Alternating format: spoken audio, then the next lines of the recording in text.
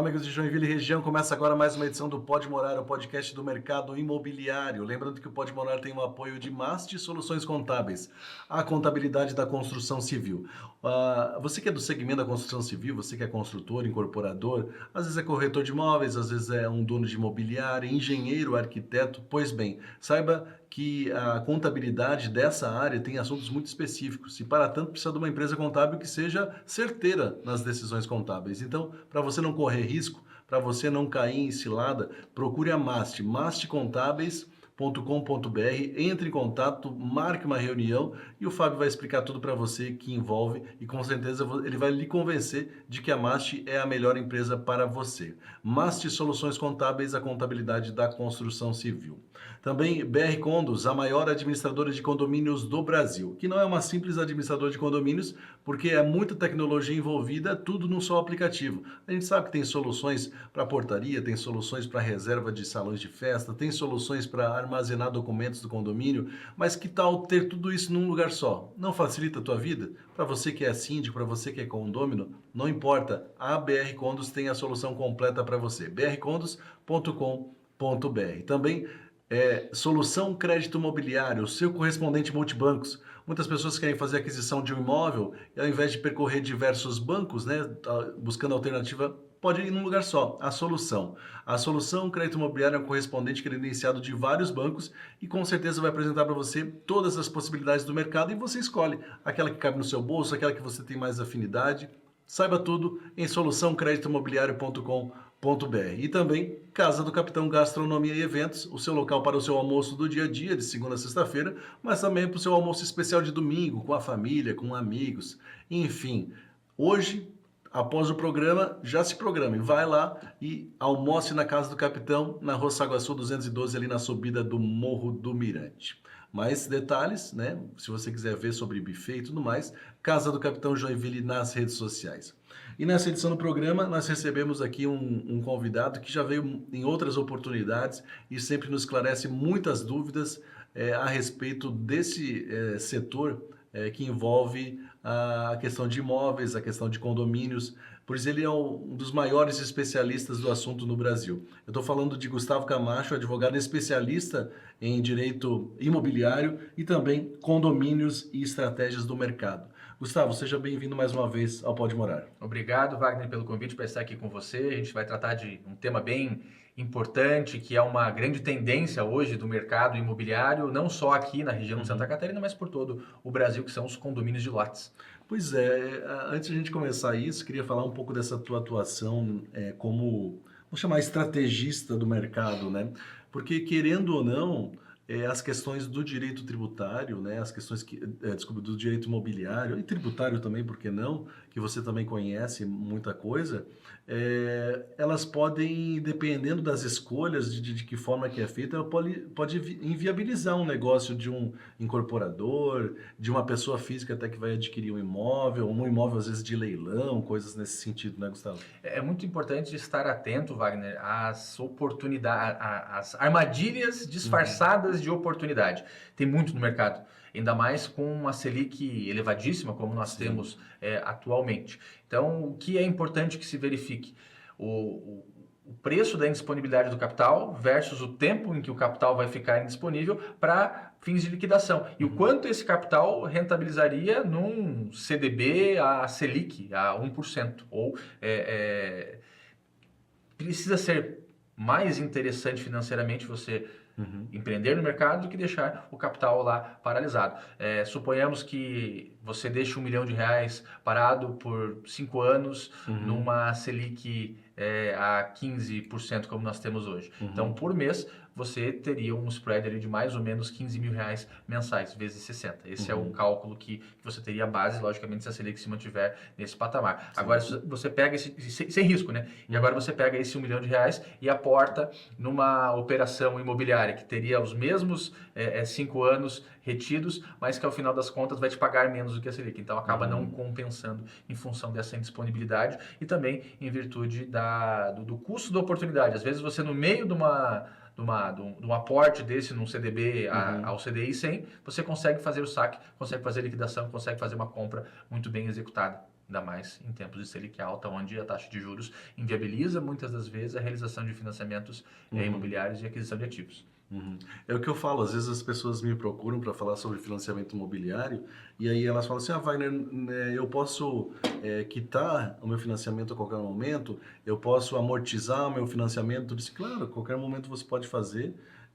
Durante a parcela você já paga os juros, né, da parcela, do contrato inteiro, aliás, né, do que você está devendo para o banco, do saldo devedor, e você paga praticamente sem juros e diminui ele quase que integralmente do saldo devedor. Mas a minha pergunta sempre é, mas você não tem nada a fazer com o dinheiro? Porque realmente você pega os 50 mil, vou amortizar o meu contrato de financiamento, mas vou lá na loja, compro um carro e financio o carro. Eu disse, não. Aí não faz sentido, Sim. porque os juros do carro é muito mais alto que os juros do financiamento imobiliário. É melhor você pegar esse dinheiro, 50 mil reais, e chegar lá e dizer, olha, eu tenho 50 mil reais, eu quero um desconto porque eu vou comprar à vista ou eu vou pagar grande parte à vista.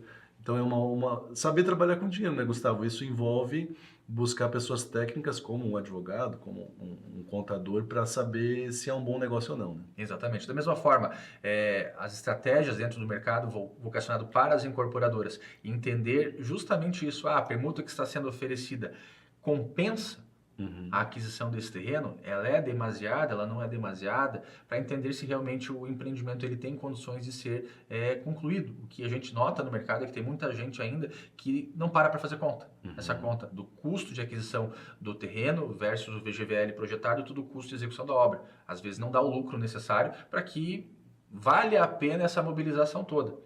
Ganhei 20 milhões na operação. Tudo bem, mas quanto você aportou? Qual foi a tua exposição de caixa? Sim. No mercado imobiliário, da incorporação imobiliária, sobretudo, quanto menor a exposição de caixa, quanto mais se trabalhar com o dinheiro do adquirente ou com o dinheiro dos investidores, mais rentável se torna a operação, desde que a aquisição do dinheiro seja a custo baixo. Então, é muito importante que se faça essa análise específica para realmente entender a viabilidade econômico-financeira do empreendimento. Esse descontrole, né, ou essa falta de controle que você diz em relação aos gastos, principalmente as despesas, né, você diria que as pessoas, às vezes, os empreendedores, eles têm um lucro falso, uma sensação de lucro que, na verdade, às vezes não é como eles imaginavam?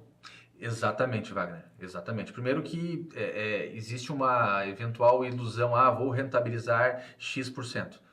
Tudo bem, mas em quanto tempo?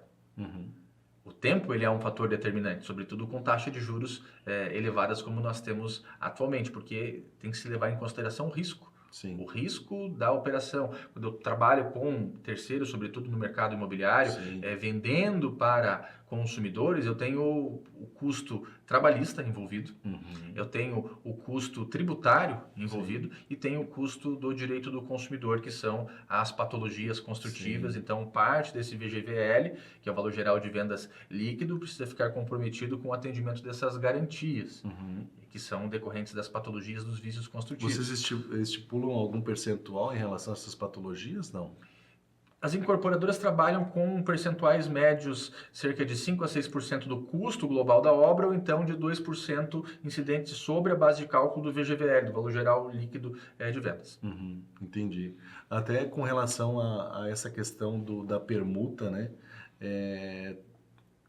Também você imagina que existe um percentual saudável para que o empreendimento tenha a sua lucratividade?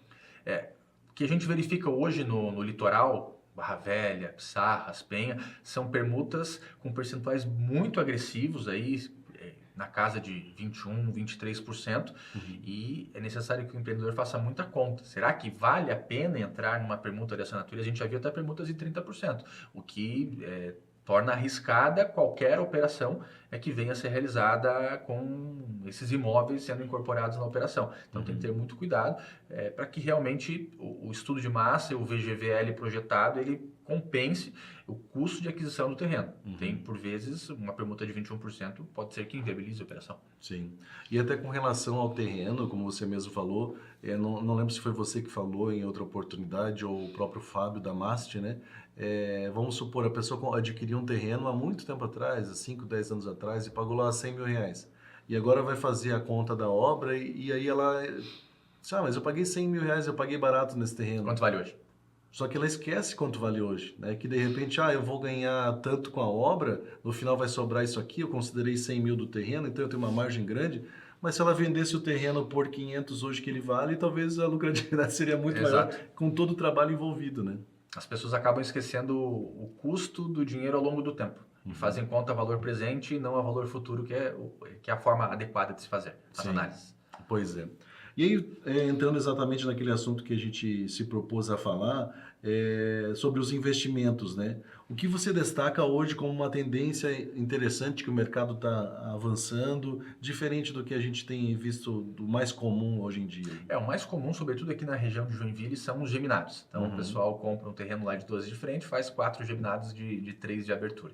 É o que a gente verifica que já teve um volume muito maior, mas hoje com o preço dos terrenos acaba não compensando, porque o ticket médio das unidades acaba também não compensando o valor global da obra a ser executada. E também a gente vê um volume grande de prédios pequenos, prédios de até 4 pavimentos que não tem elevador, o custo de execução é baixo e geram uma média aí de 2,5 milhões de VGVL a 3 milhões. Então, de 12 a 16 unidades é isso que a gente tem nos bairros periféricos. Então, Aventureiro, você pega ali um Comasa, Jardim Iririú, o próprio Vila Nova, nas regiões um pouco mais afastadas, tem muitos empreendimentos nesse formato. Isso é o padrão que nós temos sendo executado. Mas hoje a gente pega também empreendimentos já com uma volumetria bem mais interessante, empreendimentos hoje que Joinville não tinha até 3, 4 anos atrás, que são empreendimentos de 30 pavimentos, que aí são condomínios edilícios tradicionais, verticais, né? São prédios sendo executados. Mas a gente tem também hoje um volume grande de potenciais condomínios de lotes sendo executados. O que nós tínhamos anteriormente eram loteamentos de acesso controlado, a exemplo de que nós temos vários empreendimentos na cidade, e loteamentos que depois foram convertidos em condomínios de lotes. Então, o que acontece? Até 2017, nós não tínhamos a possibilidade de edificação, de construção de condomínios de lotes. Nós poderíamos fazer loteamentos de acesso controlado ou então condomínios de casas. Certo. E aí a gente pega esses empreendimentos um pouco mais antigos, exemplo do bairro Glória. Em Joinville, o bairro Glória é conhecido pelos condomínios de casas, porque os empreendedores compraram diversos terrenos lá e faziam a entrega do condomínio já com as casas edificadas. Certo. E tudo bem, era um formato. E existem outros empreendimentos que eram loteamentos de acesso controlado. A gente tem aqui um famoso em Joinville que é o Parque de França, muito antigo, que até se discutiu sobre a possibilidade de impedir o acesso das pessoas ao empreendimento ou não. Sim. Uma época tinha até uma cancela ali. Isso. E tudo mais, né? A cancela existe, mas ela não pode ser baixada. Ela tem que permitir que as pessoas façam acesso, porque é um arruamento público. O que difere o condomínio de lotes do condomínio do loteamento de acesso controlado? O loteamento de acesso controlado ele é regulado pela Lei 6766, que é a Lei do Parcelamento do Solo Urbano. Então, eu construo lotes, eu procedo a doação de pelo menos 20% da área como área de equipamento urbano e preciso fazer o calcionamento de algumas unidades para garantir que o empreendimento vai ser entregue. E não podemos utilizar aqui, nessa hipótese, a Lei 4591, que é a Lei de Condomínios e Incorporação Imobiliária, que traz alguns prejuízos do ponto de vista técnico-jurídico, que é, por exemplo, o cidadão desistiu de uma compra ou ficou inadimplente. A Lei 4591 nos dá a prerrogativa de romper o contrato, se tiver patrimônio de afetação instituído no empreendimento, reter até 50% do valor que foi pago pelo adquirente mais os honorários de corretagem. Então é algo bem significativo. E ainda há a possibilidade de restituição do valor que foi pago até 90 dias após a expedição do habite, se a unidade não for comercializada. Se for comercializada, você paga, mas pelo menos não gera um furo de caixa no empreendimento. Já o loteamento não. E talvez o principal elemento de viabilidade técnica de conversão de um loteamento para condomínio de lotes é a possibilidade presente de controle das edificações que vão ser construídas nos lotes.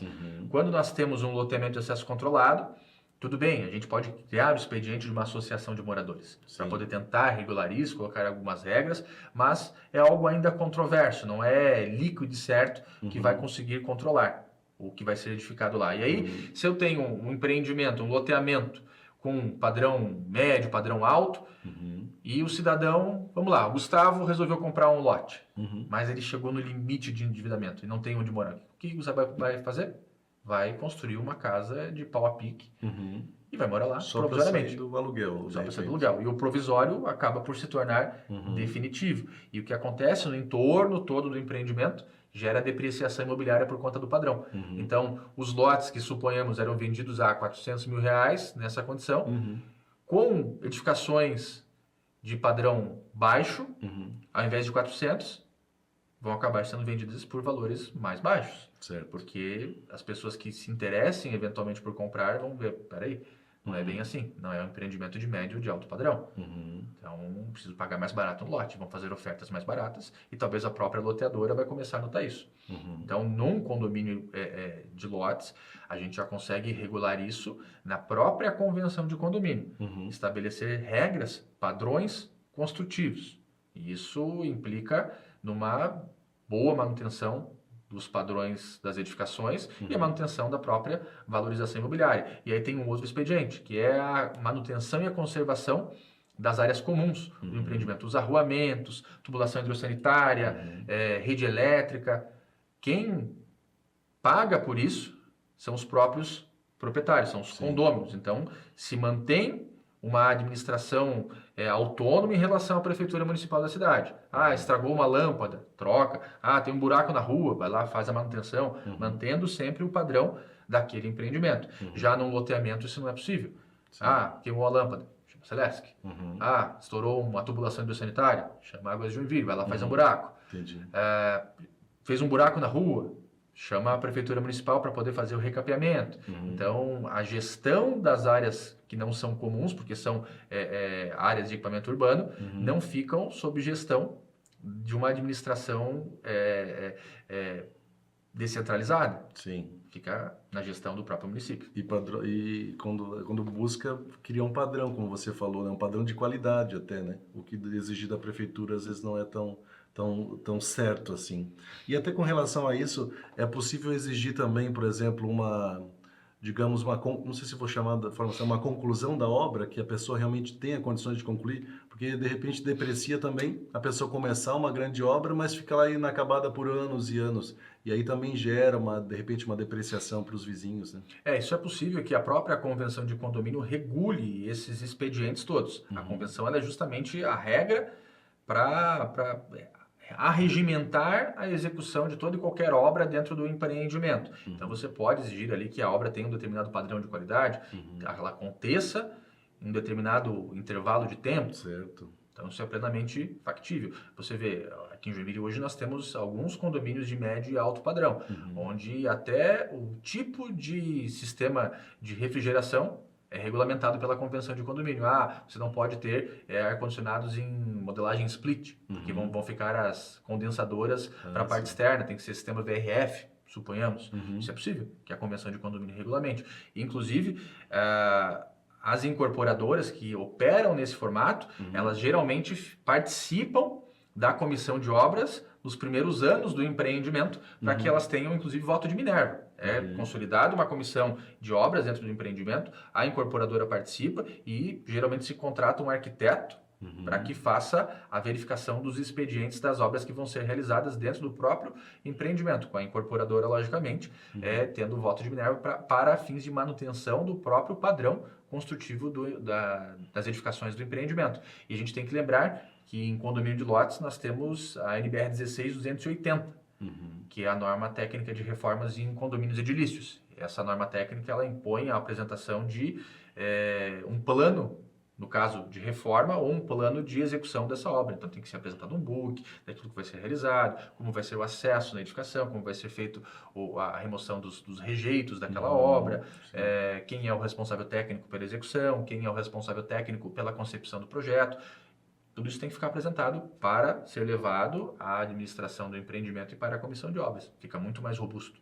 Muito bem. Por isso que é bom a gente sempre trazer um especialista aqui para você entender melhor esses assuntos que envolvem todas essas questões do mercado imobiliário como um todo, das questões condominiais, enfim, todos esses detalhes. Por isso que a gente está com o Gustavo Camacho aqui mais uma vez. E se você quiser ouvir um pouco mais, assistir um pouco mais desse conteúdo, aguarde instante aí, a gente vai para um rápido intervalo e daqui a pouco tem mais Gustavo Camacho aqui no Pode Morar.